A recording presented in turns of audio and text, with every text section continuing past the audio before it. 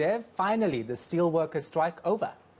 Yeah, and look, at a cost, we've got 500 million rand of a loss in steel output, 100 million rand lost in wages in the first week. So it's about time, but a very reluctant Ivan Jim from Numsa saying that, look, he did accept the offer. So Metalworker Union Numsa confirming it has accepted a 6% offer, wage offer from steel employees. Remember, Numsa was pushing for a 6% increase to be calculated on what businesses actually paid workers and not the current minimum rate. He didn't get that. Let's just check in with business anchor Rofhiwa Madzena, who joins me now for more. Rofhiwa, thanks indeed for joining us. You were at that presser.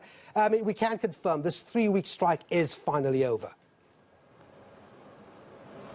The 3-week strike is over, Devon. In fact, during the presser that you've just talked about, it was mentioned that workers are going to be going back tomorrow to work, and those who have not received the message about a wage negotiation deal or an agreement reach, rather, will have the opportunity to go back to work on a Monday. So an agreement of 6% was reached. And interestingly, this was an offer that was put down a week ago. It was rejected because there was a negotiation around offering it on the actual earnings that workers get, and now it has been agreed upon in terms of a minimum wage per day that they get. So let me just give you a quick instance here, Devon. So the lowest paid worker will now go, with immediate effect, by the way, from earning about 49 Rand 55 cents a day to 52 Rand 52 in the first year, 55 Rand 67 in the second year, and 59.01 cents in the third year.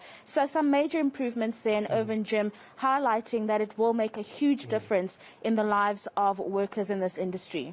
But was that not such a reluctant acceptance, wasn't it, Rofhiwa? I mean, Ivan Jim accepting the deal, but calling and bashing the employers with names from racist to being conservative opportunists.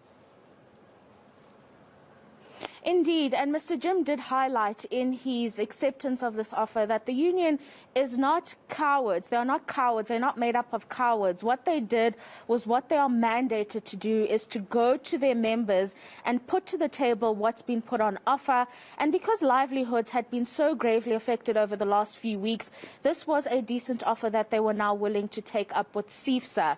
And this is what he had to say in terms of the reluctance and eventually accepting the offer. We have taken a conscious decision that as a union we will compromise and accept the current offer from CIFSA of 6% on minimums for the sole purpose of settling the current strike in the best interest of our members. It is Numsa members who have paid a heavy price during the strike, and it is in their interest that the union does everything possible to ensure that we resolve the strike as soon as possible, as each and every day in a strike is a sacrifice. Rofhiwa, then, just before I let you go, very briefly, I mean, CIFSA represents just a number of unions, not everyone, so there are still outstanding agreements, I would imagine, with other associations. Just give us some clarity there.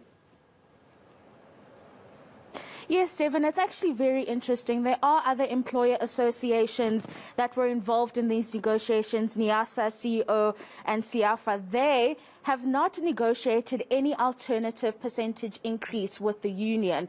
So what the union has indicated in this regard is that the ball is in their court, and they're giving them the shortest amount possible to get on board with the 6% that's been offered by CIFSA.